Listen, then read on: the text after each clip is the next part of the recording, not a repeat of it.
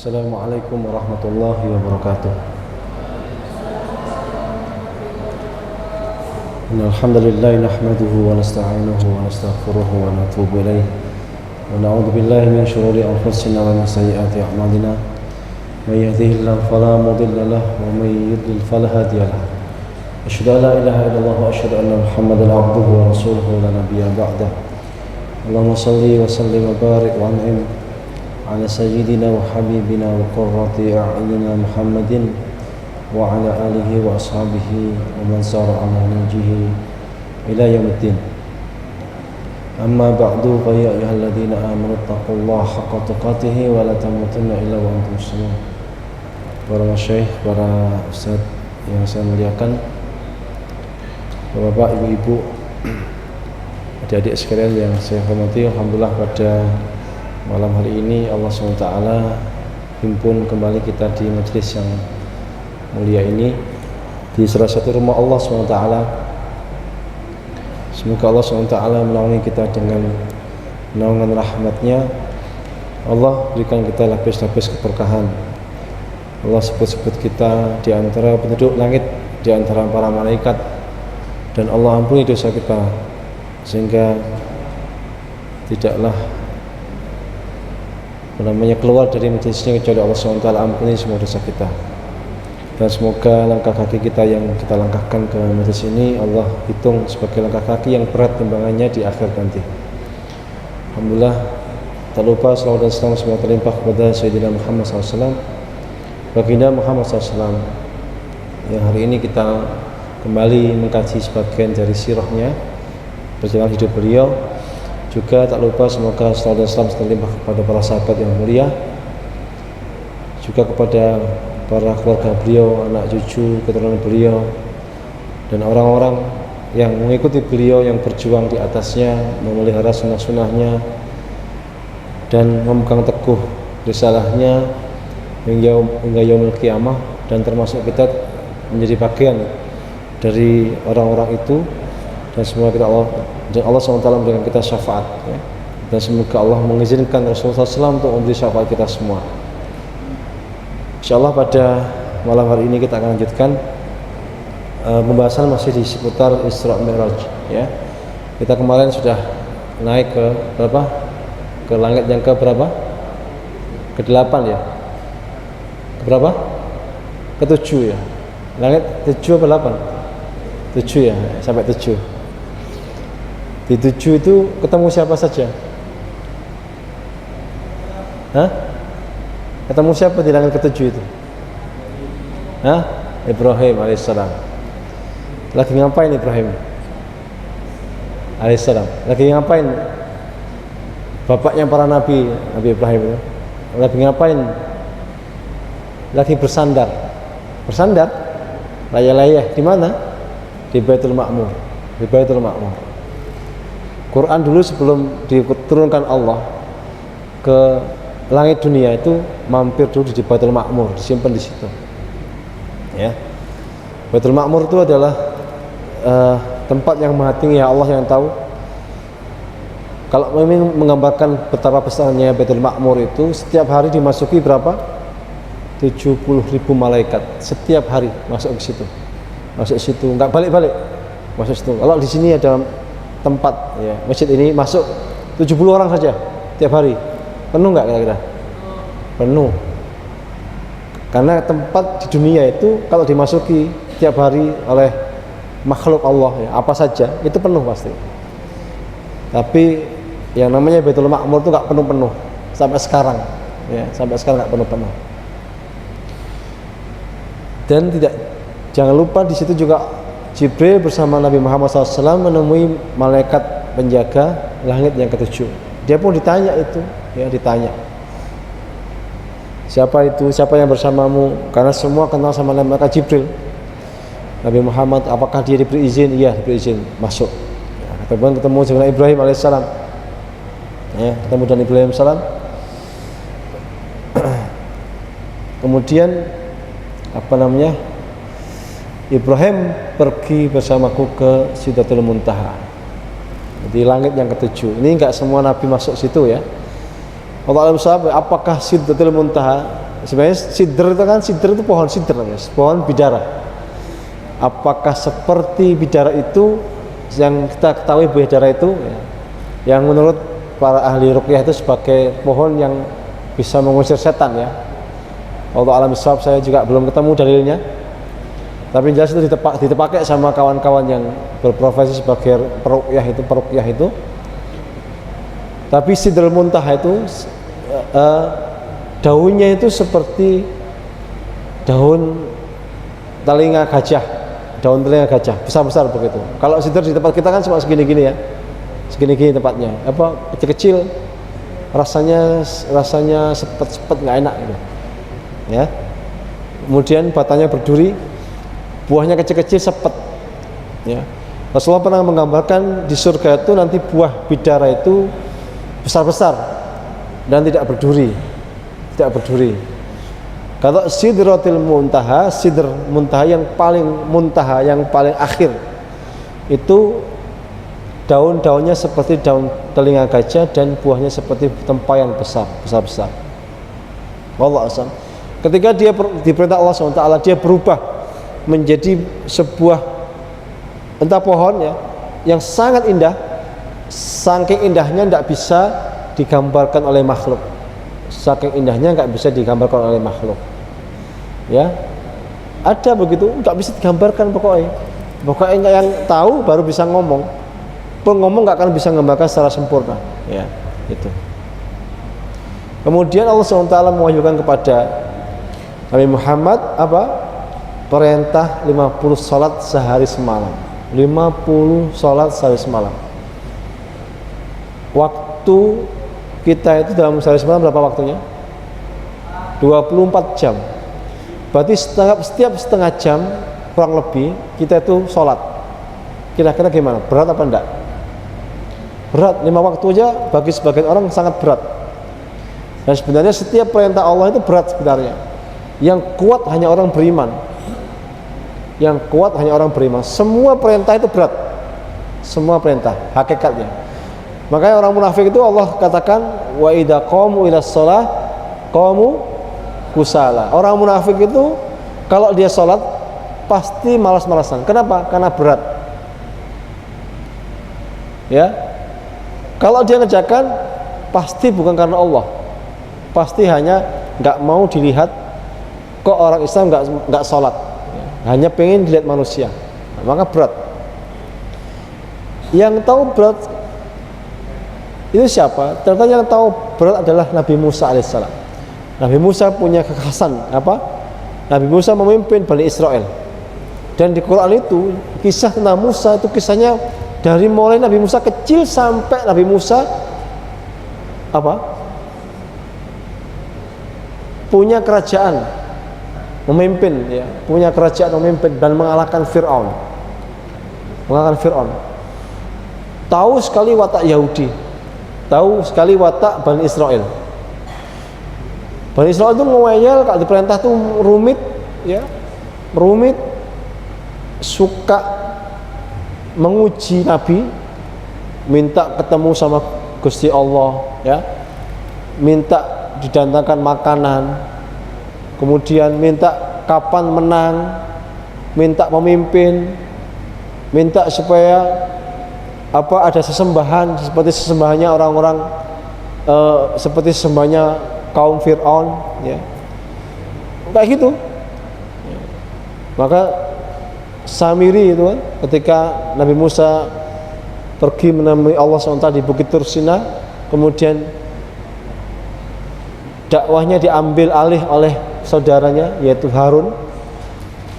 Itu mereka sakar pede ngawur-ngawuran sampai mereka minta satu patung anak sapi disembah. Sampai begitu. Bahkan ketika berperang melawan orang-orang Palestina, orang Palestina itu besar-besar, aslinya dari bahasa Kan'an, besar-besar. Idhab anta wa rabbuka faqatila inna kunna hauna laqaidun. Pergi ya Musa, kamu bersama Allah Rabbmu, kami di sini saja duduk-duduk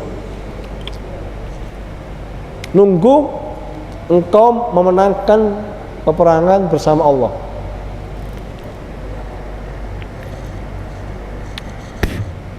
Nabi Musa itu disuruh perang sendirian sama Bani Israel. Maka ketika Rasulullah SAW diberi perintah sholat 50 kali dalam 50 waktu dalam sehari semalam itu, maka Nabi yang memberikan masukan adalah Nabi Musa AS. Nggak kuat, umatmu nggak kuat, umatku saja nggak kuat, apalagi umatmu. Umatnya Nabi Muhammad ya seperti kita ini ya, ya nggak gede, nggak ya nggak cilik teman, nggak kuat. Akhirnya apa? Minta kembali supaya kembali kepada Allah dan meminta keringanan. Ya. Minta keringanan kepada Allah SWT. Terus dia berkata, kembali kepada Tuhan. Musa alaihissalam menyuruh Nabi Muhammad SAW. Nabi itu dialog dengan para nabi yang lain itu biasa, karena apa? Mereka itu bersaudara.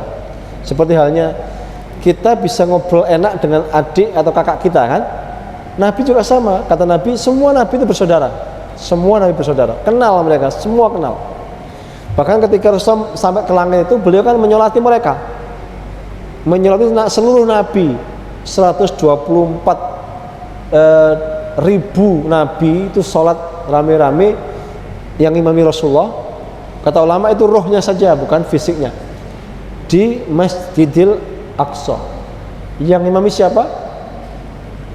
Yang imami Rasulullah SAW. Maka ada keistimewaan di Masjid Aqsa itu. Kenapa? Itu pernah digunakan Nabi, seluruh Nabi dari sejak Nabi Adam sampai Nabi Muhammad SAW itu sholat bersama-sama di Masjidil Aqsa. Makanya rasanya beda, sholat di sana beda. Ya. Kenal semua Nabi Muhammad SAW, ya, kenal semua. Kembali kepada Tuhan dan mintalah keringanan, karena sungguhnya umatmu tidak akan mampu mengerjakannya. Tidak bisa, umatmu tidak bisa. Siapa yang pernah sholat 50 kali dalam semalam? Ada yang bisa? Imam Ahmad tuh sholat 100 kali dalam semalam, tapi nggak terus-terusan ya. Imam Ahmad ya. Boleh, tapi sendiri, nggak boleh ngajak yang lain, ya, nggak boleh ngajak yang lain. Karena apa? Itu tingkat keimanannya masing-masing, ya. Kalau imami itu kaidahnya mudahkan, jangan lama-lama karena di belakangnya ada orang tua, ya, gitu ya. Sesungguhnya saya telah menguji dan mencoba Bani Israel. Beliau bersabda, maka saya pun kembali kepada Allah. Selalu berkata, wahai Allah, wahai Tuhan, ringankan untuk umatku. Maka dikurangi dari 5 sholat. Kemudian kembali kepada Musa, ngurangi lagi terus ya, sampai berapa? Sampai akhirnya jadi berapa? Jadi 5 waktu. Sampai akhirnya apa? Disuruh lagi mengurangi sebenarnya sama Musa alaihissalam. Cuma Rasulullah mengatakan, aku malu sama Allah. Ini perkataan seorang nabi yang mulia. Maka ketika Rasulullah SAW itu suatu hari beliau itu sholat di rumah beliau itu. Kalau sunnah itu sholatnya di rumah. Memangnya afdal sholat sunnah di rumah, bukan di masjid.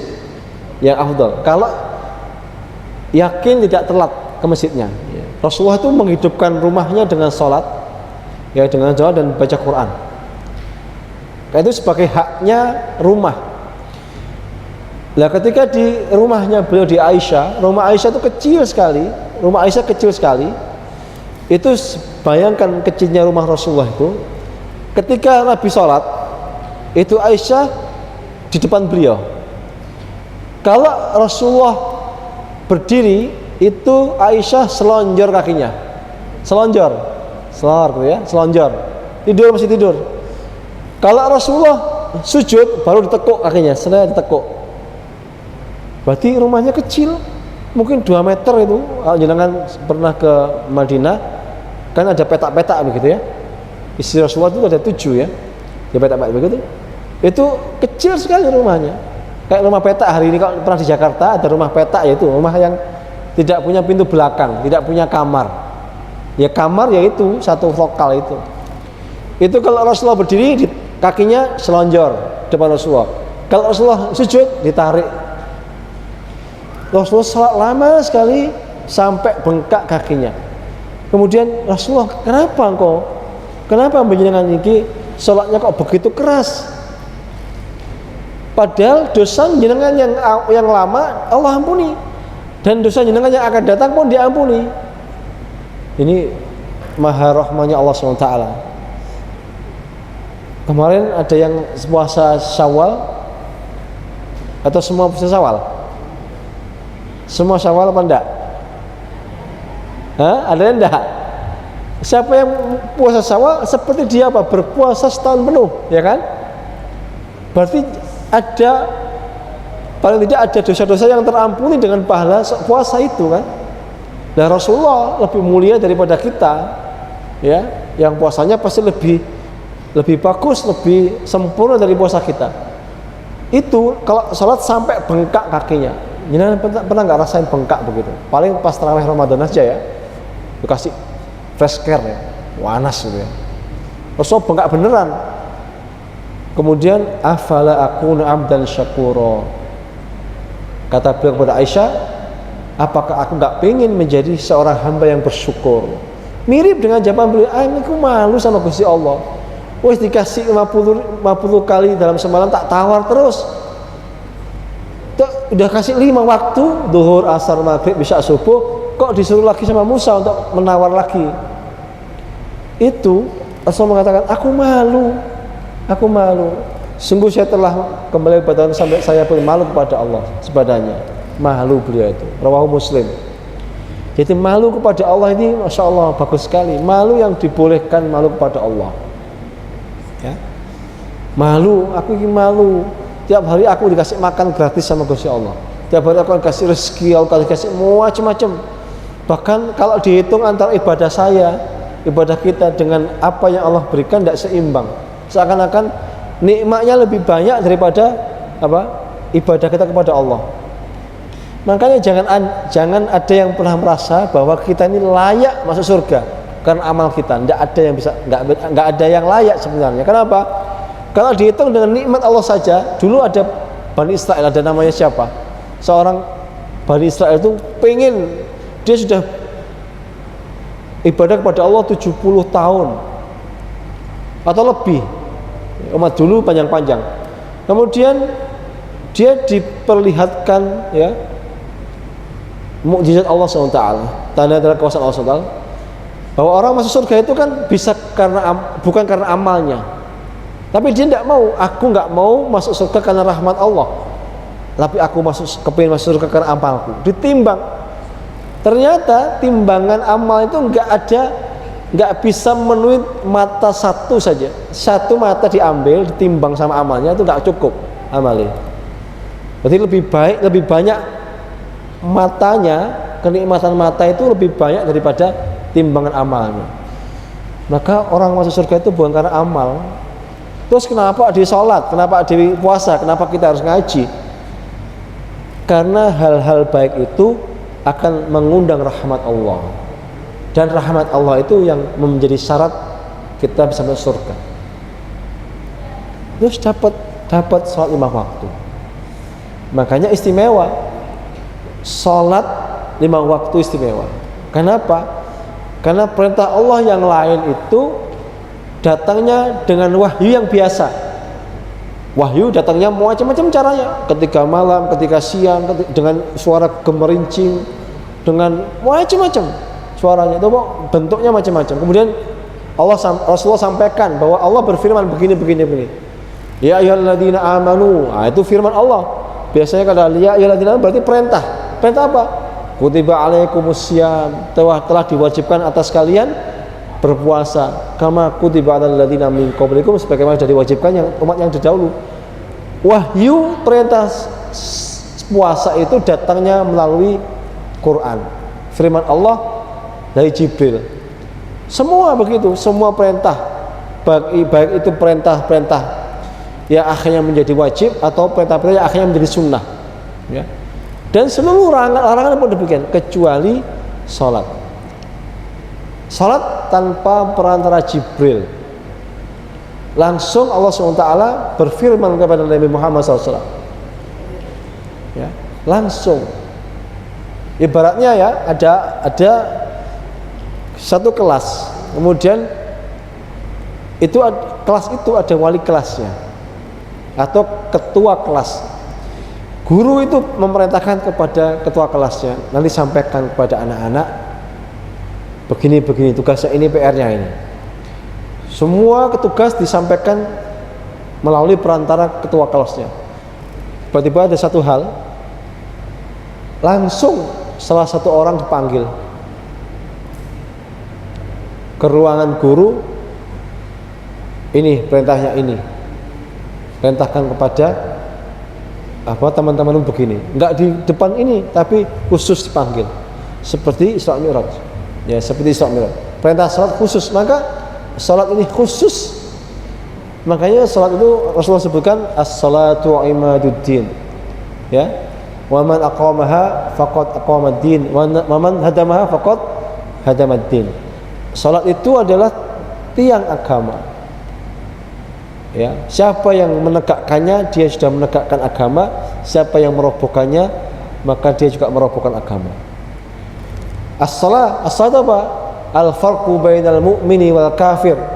As-salat, perbedaan antara orang beriman dan orang kafir, salat. Itu ngeri kan? Kenapa? Karena begitu pentingnya salat itu, karena perintahnya langsung dari Allah SWT ya, salat ya. Maka kalau bisa dikatakan boleh kita boleh kita enggak melakukan perintah ini, tapi salat harga mati. Salat harga mati enggak bisa. Orang Islam enggak salat itu enggak bisa. Dia sudah syahadat, habis syahadat salat langsung. Enggak ada wis aku tak syahadat dhisik besok baru salatnya, enggak boleh. Begitu dia syahadat pagi, zuhur salat. Nggak hafal Al-Fatihah, gak usah Al-Fatihah, macam Bismillah, tak usah apa Bismillah, gak apa Bismillah, ya wes berdiri di depan imam, umi saja. Kalau yang lain bilang amin, ya amin, masa gak bisa amin? Amin, ya amin, maka jamaah di depan, jamaah ikut jamaah dengan makmum yang lain. Qira'atul imam, qira'atul makmum. Maka ada satu madhab berdasar dengan hadis Nabi Muhammad SAW, bacaannya imam adalah bacaannya makmum. Bagi orang-orang yang baru masuk Islam barusan, maka dia ikut jamaah sama imam. Yang nggak bisa baca Al-Fatihah, maka dia cukup mendengarkan bacaan imam seakan-akan dia sudah membaca Al-Fatihah bersama imam. Kalau yang lain nggak usah baca, nggak apa-apa. La salata liman lam yaqra bi Fatihahil kitab au kama qala sallallahu. Tidak ada salat orang yang tidak baca Al-Fatihah. Berarti kalau ada imam enggak hafal Al-Fatihah, enggak boleh jadi imam. Kenapa? Dia enggak bisa salat, salatnya enggak terima oleh Allah SWT. Maka syaratnya imam minimal dia bisa baca Al-Fatihah. Ya, minimal bisa baca Al-Fatihah. Ya.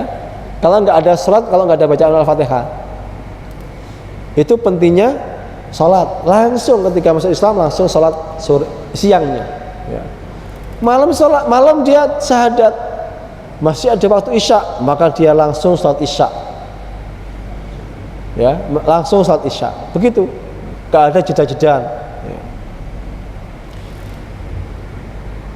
ya. Ini pentingnya, nanti ada hikmahnya di belakang. Setelah Rasulullah SAW itu menerima perintah salat, kan beliau harus balik, ya kan? Balik kemana? Kemana Rasul baliknya? Setelah Isra Mi'raj, beliau balik kemana? Balik kemana baliknya? Naik lagi ke langit? Hah? Turun lagi kan? Ustaz? Beliau ke tempat yang paling tinggi, ya. Beliau ke tempat yang paling tinggi. Sudah tidak ada langit lagi di atas langit. Kalau langit satu ada lagi langit di atasnya. Kalau langit 7 nggak ada lagi langit. Selesai. Di atas langit ada arsy.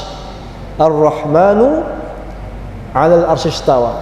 Ar-Rahman, Allah yang tahu arsy itu. Arsy itu gede sekali.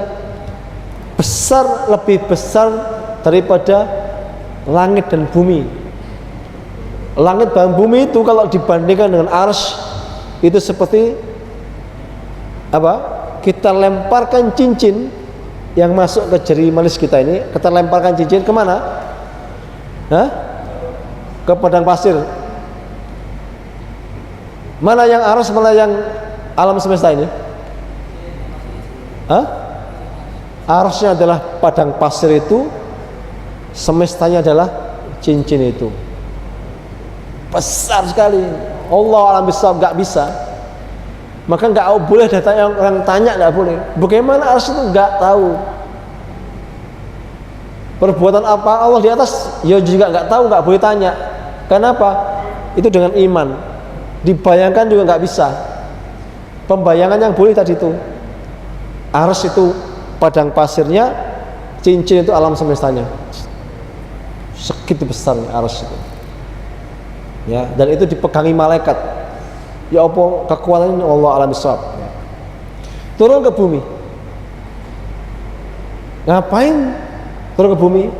Untuk menyampaikan kabar besar tentang Isra Mi'raj. Karena buat apa? Sesuatu yang besar kalau nggak disampaikan. Disampaikan untuk apa? Agar manusia mengimaninya, agar manusia apa? Mengimani dalam hatinya, kemudian mengamalkan apa yang Allah perintah. Ya.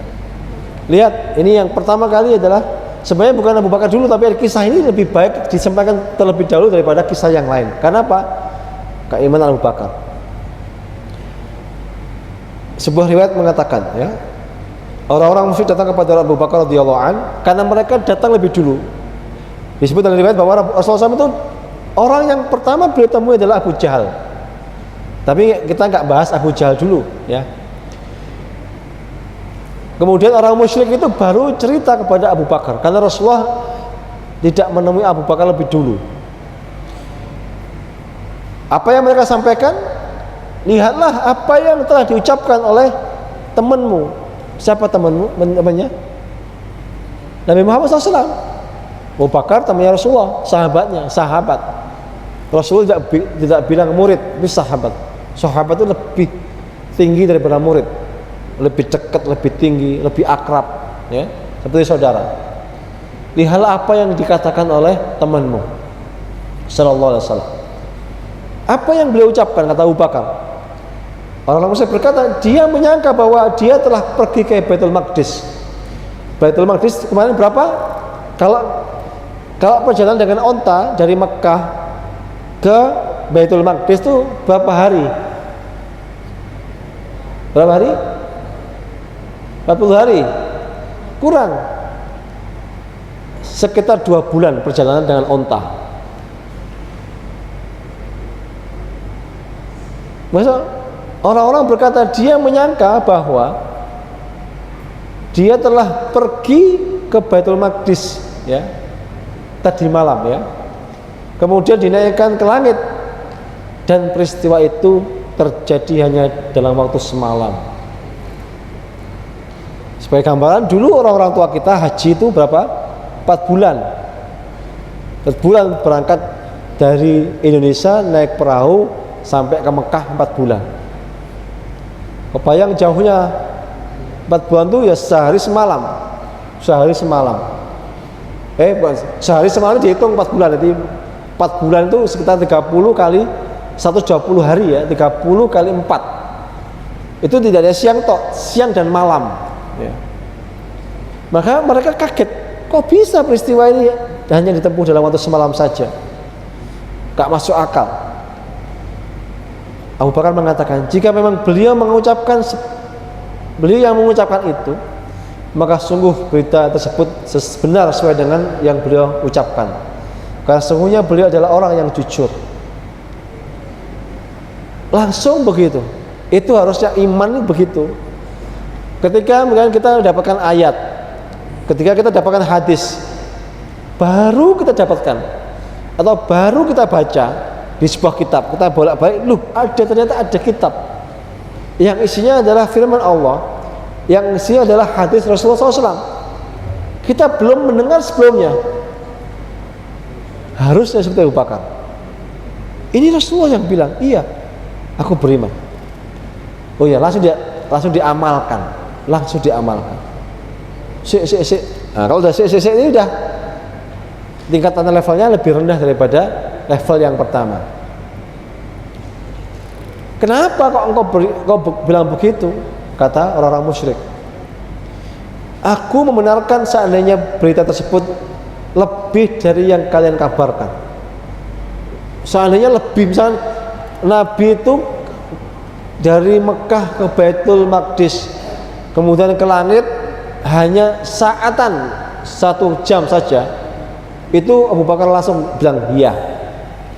Maka kalau semalam itu terlalu lama, harusnya 1 jam saja. Seakan-akan begitu, ya. Yang lebih dari itu saja aku yakini, aku benarkan.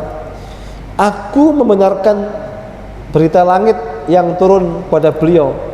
Ya, bagaimana aku tidak membenarkan beliau tentang perjalanan ke Baitul Maqdis. Berita langit yang Allah berfirman begini kan datangnya siang malam, ya. Kadang malam, kadang pagi, kadang terus, kadang ada jedanya gitu, ya. Kadang dengan rupa ini, kadang dengan rupa yang lain, dengan bentuk yang lain, itu diimani sama Abu Bakar. Apalagi hanya berita tentang perjalanan beliau dari Mekah ke Palestina, dari Palestina ke langit. Maka sejak itu Abu Bakar disebut As-Siddiq, orang yang membenarkan, orang yang jujur, membenarkan As-Siddiq, orang yang jujur, yang membenarkan. Itu orang yang beriman, ya, itu orang beriman. Bagaimana dengan orang musyrik? Jadi saya katakan ketika Rasul datang itu yang ditemui pertama kali ada Abu Jahal. Abu Jahal tahu paman beliau, tetapi paman yang paling keras permusuhannya dengan Rasulullah SAW. Kemudian Rasulullah kabarkan, aku telah Allah perjalankan dari Mekah ke Masjidil Aqsa, kemudian di Mi'rajkan ke langit. Sebentar, apakah engkau mau jika aku kumpulkan orang-orang Quraisy? Ini orang niatnya jahat. Abu Jahal itu nggak mau mendengar kisah yang aneh, kisah yang tidak mungkin diakal, ya, zaman itu. Hanya beliau dengar sendiri. Dia pengen agar Rasulullah dipermalukan di majelis orang-orang musyrik. Maka dia utus semua.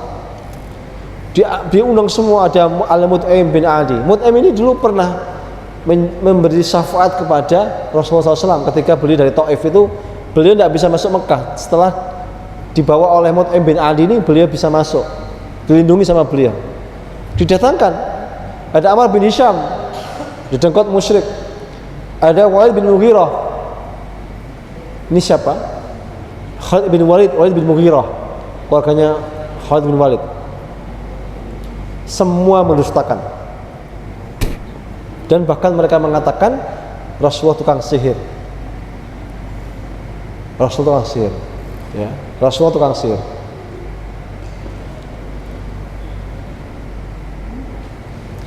Tetapi ternyata berita ini tidak saja didengar oleh orang-orang yang tidak beriman pada Allah dan Rasulnya. Sebagian ada yang beriman. Bahkan ketika Rasulullah mengatakan beliau diperjalankan hanya semalam dari Mekah ke Palestina, itu ada orang Islam yang murtad langsung. Tidak mungkin. Kenapa? Mereka tahu perjalanan dari situ, tahu kenapa? Orang-orang musyrik itu orang biasa. Jalan dari Mekah ke Madinah itu, ke Mekah ke Palestina itu biasa. Kenapa? Li'ila fi Quraisyin ila fihim rihlatas syita'i was saif. Ilaf itu perjalanan dagangnya orang Quraisy yang diawali oleh Abdul Muttalib, Bani Hashim. Perjalanan di musim panas kemana? Ke Syam. Di musim dingin kemana? Ke Yaman. Ke Syam itu mana? Ke Syam itu ya Palestina, ya Yordania, ya Suriah sekarang ini, ya. Tahu berapa jaraknya, tahu mereka. Maka ketika Rasul datang membawa berita itu dan nggak masuk akal, semalam mereka semua menolak, dan ada yang murtad. Masalah afiyah. Itu ujian bagi orang beriman. Tapi orang yang beriman, Abu Bakar dan sahabat-sahabat itu menerima berita itu, terima. Dan itu harusnya menjadi akhlaknya orang beriman. Ketika Allah dan Rasulnya sudah berfirman, Rasulullah bersabda itu langsung sami'na wa ata'na. Saya senang ketika saya punya teman ya, teman saya itu gondrong rambutnya. Kemudian saya sampaikan sebuah hadis, Pak, Rasulullah itu pernah didatangi oleh seorang laki-laki yang gondrong. Namanya siapa, lupa saya, Fulan bin Fulan. Kemudian Rasulullah mengatakan, sesungguhnya kamu ini baik kalau engkau mencukur rambutmu sampai segini, jadi sampai pundak dicukur. Saya sampaikan sama dia. Besoknya udah pendek rambutnya, Masya Allah. Itu saya senang sekali. Kenapa? Dia baru dengar hadis sekali langsung sami'na wa ata'na kepada Allah, Rasulullah ya. Lah dipotong rambutnya. Padahal untuk menumbuhkan rambut itu lama sekali, berbulan-bulan. Ketika datang hadis dipotong langsung. Sebenarnya kok sahabat. Oh, itu tingkatannya tinggi sekali levelnya, Masya Allah. Bahwa Rasulullah mengatakan orang yang ini begini. Hari ini susah. Ini orang ngaji, ini anak sudah ngaji, bahkan sudah hafal Quran sebagiannya. Cukuran kozak itu dicukur crit ya, apa ini? Cukur apa itu kayak pang ya, crit, entek sih, entek kasih tinggal segini. Terus kita sampaikan, Dik atau Mas, bentuk cukuran seperti ini dilarang Rasulullah. Tapi ini kan model sekarang, viral ini, saya di barbershop fotonya, rumit. Oh, berarti dia masih nunda, padahal Rasulullah yang bersabda harusnya sami'na wa ata'na, langsung dicukur. Ini guntingnya seret dicukur. Itu imannya Abu Bakar luar biasa. Itu harusnya begitu. Apa yang dari Rasulullah langsung. Kenapa? Pasti baik, gak mungkin jelek. Menerima berita itu, kemudian mengimani kebenaran berita, diimani. Kalau kita nggak bisa mikir, imani saja. Sudah, mesti benar, pasti benar. Kemudian yang ketiga, tidak menolaknya dan tidak merubah kisahnya. Rasulullah itu sebenarnya nggak begitu. Rasulullah itu sebenarnya begini. Beliau terbang, rumit jadi rumit ya. Nah, itu ngerubah namanya. Padahal sederhana. Rasulullah dengan Jibril di sebuah riwayat pakai buruk, buat menaiki pakai mi'raj, pakai tangga ke atas. Sudah sesimpel itu saja, nggak perlu dijelaskan yang rumit-rumit. Harusnya rasa beriman. Nah, itu orang yang beriman begitu ya. Segera begitu. Itu insya-Allah. Nanti ada beberapa kisah ketika Rasulullah melihat pemandangan di neraka ya, di neraka, pemandangan bagaimana halnya, keadaannya orang yang suka ghibah, bagaimana keadaannya orang yang suka ngeriba, bagaimana keadaan seorang yang suka zina. Itu diperlihatkan oleh Allah SWT ketika Mi'raj ya. Nanti kita bahas mungkin di pekan depan insyaallah. Hikmahnya apa Isra itu dah tanda-tanda kekuasaan Allah SWT. Kalau Allah mengatakan kun, menghendaki sesuatu, apapun yang rumit jadi mudah, apapun yang mustahil jadi mudah, jadi terjadi. Tidak ada yang mustahil bagi Allah SWT. Allah berkuasa merubah tongkat kayu jadi apa? Jadi ular. Allah berkuasa membelah bulan. Allah berkuasa mengeluarkan air dari tangan-tangan Rasulullah SAW, di jari-jari Rasulullah SAW. Allah berkuasa memperbanyak makanan di atas panci yang ada di rumahnya Jabir ketika perang Khandaq.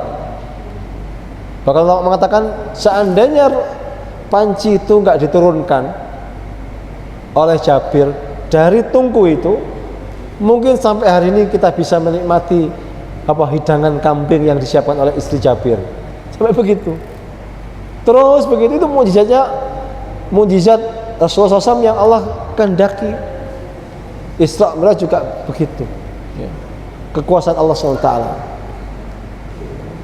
menunjukkan bahwa Allah berkuasa atas segala sesuatu, zat yang maha kuat, zat yang maha qadir, wa huwa ala kulli syai'in qadir, dan dia berkuasa atas segala sesuatu, Allah SWT.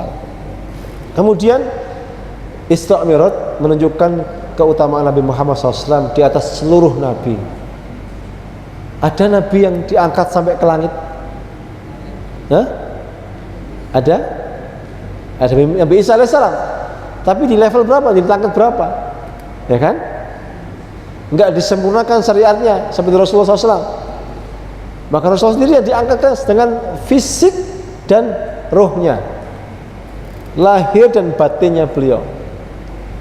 Kalau Nabi Adam ya, Nabi Ibrahim yang beliau temui itu semua adalah rohnya, bukan fisiknya, karena fisiknya dikubur di bumi.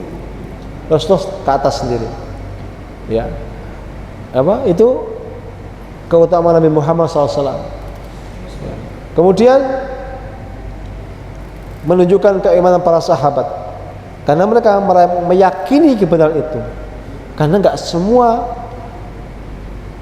jangan tahu bahwa setiap nabi selalu punya sahabat ya. Sahabatnya Nabi Isa namanya siapa? Hawariyun ya, di surat As-Saff ya. Nahnu ansarullah.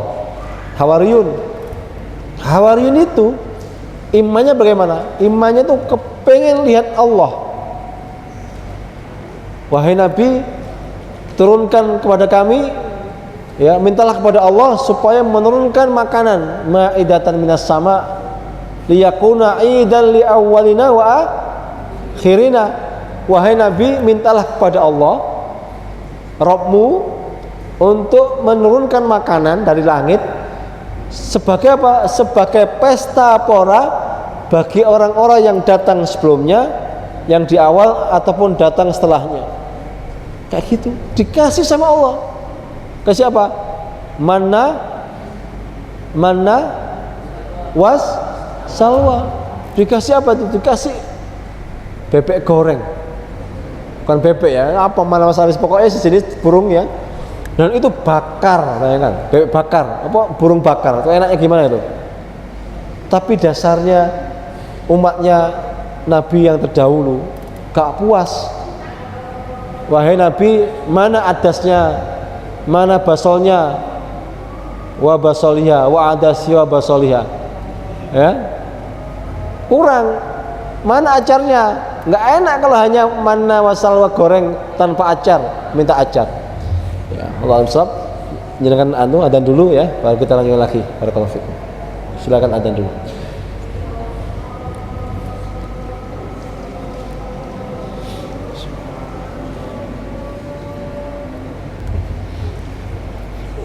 Bismillahirrahmanirrahim. Jadi setiap nabi itu punya sahabat ya. Setiap nabi punya sahabat. Tetapi karakter sahabat yang disebutkan oleh Allah SWT dalam firman-Nya, kuntum khaira ummatin ukhrijat lin-nasi ta'muruna bil ma'rufi wa tanhauna 'anil munkar wa tu'minuna billah. Itu adalah karakter sahabatnya Rasulullah SAW. Sahabat itu kalau Rasulullah SAW sudah berkata, itu langsung sami'na wa ata'na. Tidak seperti sahabat-sahabat Nabi yang terdahulu. Bahkan untuk meyakini adanya Allah saja mereka perlu melihat Allah secara langsung. Bagaimana sahabatnya Musa alaihissalam, ya, sahabatnya Musa alaihissalam. Dan tidak mungkin mereka, makanya Allah itu diimani, karena tidak mungkin hal yang gaib itu bisa terlihat oleh mata, ya, tidak mungkin. Melihat malaikat, ada nggak orang yang pernah melihat malaikat? Nggak ada kan? Cuma Nabi Muhammad SAW yang Allah kehendaki bisa melihat malaikat, karena malaikat termasuk makhluk gaib, apalagi zatnya Allah SWT. Maka gaib itu perlu diimani. Iman itu artinya di sini bukan di mata. maka dia tidak bisa dilihat oleh mata, bahkan tidak bisa dirasakan oleh panca indera. Butuh iman. Orang-orang yang hanya meyakini kebenaran kalau sudah bisa melihat, bisa merasakan, dia akan rumit ketika mengimani hal-hal yang gaib. Padahal di dalam Islam itu hal yang gaib itu mayoritas. Surga gaib. Siapa yang pernah ke surga? Tidak ada yang pernah kecuali Adam alaihissalam. Setelah itu tidak ada. Setelah itu hanya ruhnya saja. Ya. Neraka, siapa yang pernah ke neraka? Tidak ada. Hanya ruhnya saja. Siapa yang pernah merasakan alam barzah? Tidak ada. Gaib semua. Maka butuh keimanan. Butuh keimanan yang kuat. Dan sahabat begitu. Sahabat itu sami'na wa ata'na. Dia di Asal Al-Baqarah itu ya, di terakhir itu sami'na wa ata'na diabadikan.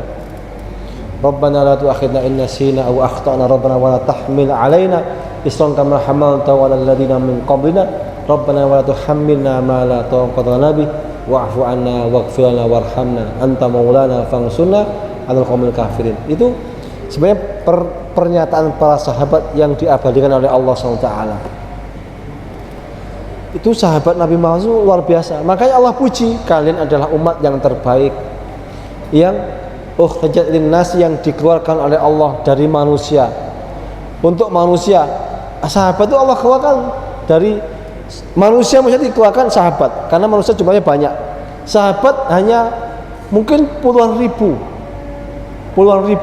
ya, atau kalau ratusan sih Allah alam sab ya. Sahabat yang dari Madinah ke Mekah atau foto Mekah itu 10.000 orang. Kalau seandainya mereka punya anak, punya istri, taruhlah kali 4-nya, mungkin 40.000 sahabat. 40.000 sahabat. Sedikit kalau dibandingkan dengan umat manusia. Tapi mereka ini cukup untuk apa? Untuk menyeru manusia seluruh bumi ini. Di antara mungkin puluhan ribu, puluhan juta, puluhan ribu sahabat itu yang meninggal di Madinah sedikit. Bahkan ada sahabat yang tidak mau ke Madinah lagi setelah Rasulullah wafat. Kenapa? Sudah gak menarik lagi Madinah. Kenapa? Rasulullah sudah wafat. Maka sisanya hanya menyeru kepada risalah Allah SWT, risalah Rasulullah SAW. Banyak yang gak mau ke Madinah. Banyak ya. Bahkan meninggalnya di negeri-negeri yang jauh. Di negeri-negeri yang jauh. Itu sahabat kenapa? Mengemban perintah Nabi Muhammad SAW, balighu anni walau ayah. Dipegang. Ada sahabat yang ketemu hanya sesaat sudah dari sahabat, pergi menyeru kepada kaumnya. Ada yang memang lama, berhari-hari, ada yang berbulan-bulan, ada yang bertahun-tahun. Itu makanya definisi sahabat dengan keimanan itu dikatakan apa? Orang yang melihat Rasulullah SAW ya, beriman dengannya, dengan syariatnya, dan mati dalam keadaan iman. Para ulama kemudian menafsiri, bagaimana kalau dengan mimpi ketemu Rasulullah? Itu ada yang mengatakan dia termasuk sahabat. Karena kalau mimpi dengan Rasulullah itu apa? Ini alhamdulillah, masya Allah, kalau orang yang pernah benar Rasulullah itu karunia yang besar. Bahkan dia termasuk sahabat. Hanya dia perlu membuktikan dia akan mati dalam keadaan Islam. Makanya beruntung orang-orang yang sampai mencintai itu. Bahkan Rasulullah SAW pernah mengatakan apa? Aku itu punya ikhwan. Ikhwan itu apa? Orang-orang yang sifatnya mirip seperti sahabat. Tetapi ikhwan itu kan saudara. Ikhwan itu mirip seperti sahabat, sifat-sifatnya, akhlaknya, keimanannya, padahal mereka tidak pernah melihat aku, tidak pernah hidup sejaman denganku. Ya, luar biasa. Maka kita perlu iman yang seperti sahabat itu. Ketika dengar hadis, dengar ayat, langsung diamalkan. Sami'na wa ata'na. Semoga Allah SWT memberikan kita keimanan seperti iman para sahabat semuanya. Allahu minkum. Mungkin demikian yang bisa saya sampaikan, kurang lebihnya mohon maaf. Ihdinas siratal mustaqim siratal ladzina an'amta 'alaihim ghairil maghdubi 'alaihim waladdallin. Amin. Subhanakallahumma wa bihamdika asyhadu an la ilaha illa anta astaghfiruka wa atubu ilaik. Wassalamualaikum warahmatullahi wabarakatuh.